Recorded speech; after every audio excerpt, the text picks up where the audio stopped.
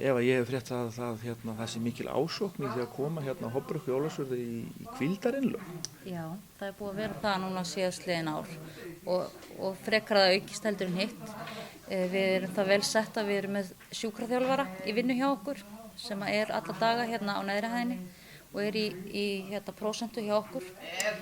Og við höfum sem sagt tekið fólk inn sem er að koma í endurhæfingu, hefur verið að fara í aðgerðir, þannig að það hefur komið til okkar. Við erum með 4 hjúkrunarrými, búin að vera núna.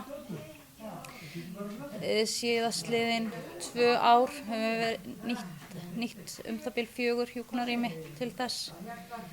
En það kemur líka kannski ekki til af góðu því að eins og kerfið er í dag, því að við erum með 11 dvalarrými og 11 dvalarrými segi ég og 18 hjúkrunarrými, þannig við erum með 29 einstaklingar sem búa hérna. Það er bara, dvalarrýmin má ég segja þau séu barnsins tíma. Það er yfirleitt ekki að koma nema kannski einn einstaklingur sem er að sækja dvalarrými á ári. Þannig að, en við erum kannski með eins og núna 11 einstaklingar sem eru á dvalarrými en eiga kannski helmingurinn af þeim á flutningsmat yfir á hjúkrunarrými.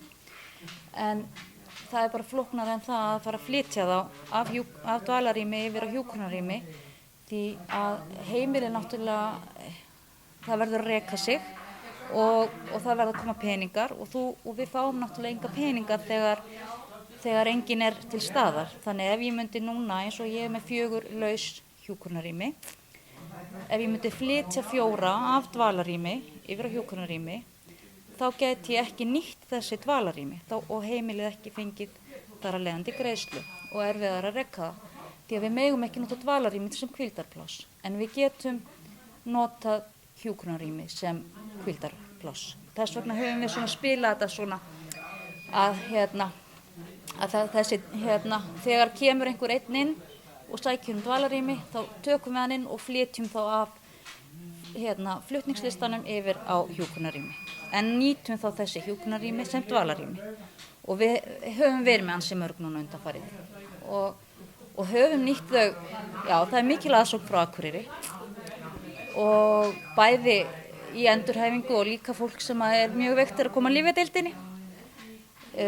Það hefur líka verið að koma mikið fólk sem á ættir að rekja til Ólafsfjarðar, sem býr í Reykjavík. Eva segir að á árunum 2012, 13 og 14 hafi töluvert margir einstaklingar komið víða að af landinu til að fá líknandi meðferð á Hofbrekku. Sem það ekki alltaf tengdust Ólafsfirði. Mjög fullorðið fólk sem átti kannski ekki marga að og kom sem sagt hingað til þess að bara að eiga síðustu stundirnar hér. Og við höfum dálítið sérhæft hæft okkur í líknameðferð og til okkur mjög góða í þeirri hjúkrun. En já. En hvað veldur því að fólk vill koma hingað? Já, ég tel það að Hofbrekka er það lítið heimili. Það næri eiginlega ekki að vera stofnun. Við erum með 29 einstaklinga sem búa hérna og þetta er bara einn gangur.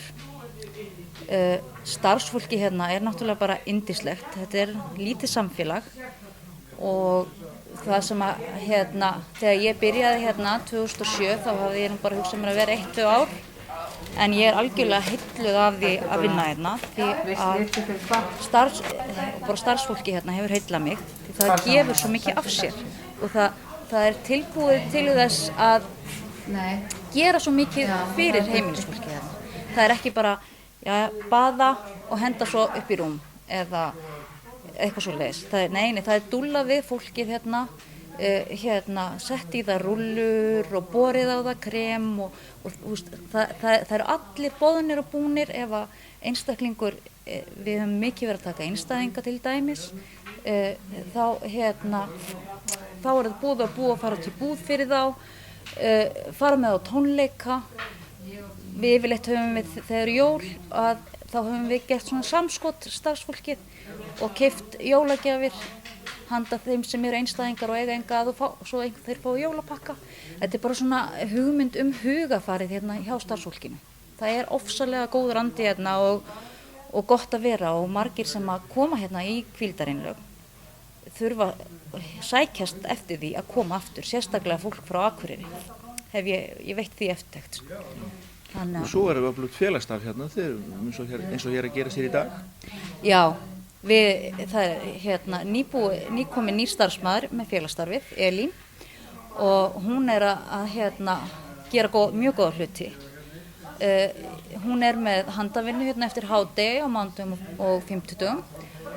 Hún með lestur á hverjum degi og hún með spilavist og boccia. Hún fer 2 í viku aukalega í íþróttahúsi með heimilisfólki og þá getur fólki í bænum komið. Það hefur verið mjög vel sótt. Þannig að hérna, og það bingo og það eru bæjarferða einu sinni í viku. Það mjög margt og hún dugleg. Ef það dauður tími þá hún dugleg að bjóða einhverjum út, annarkvort út á göngu eða hérna. Það mjög gott samstarf og mjög gott að vinna hérna.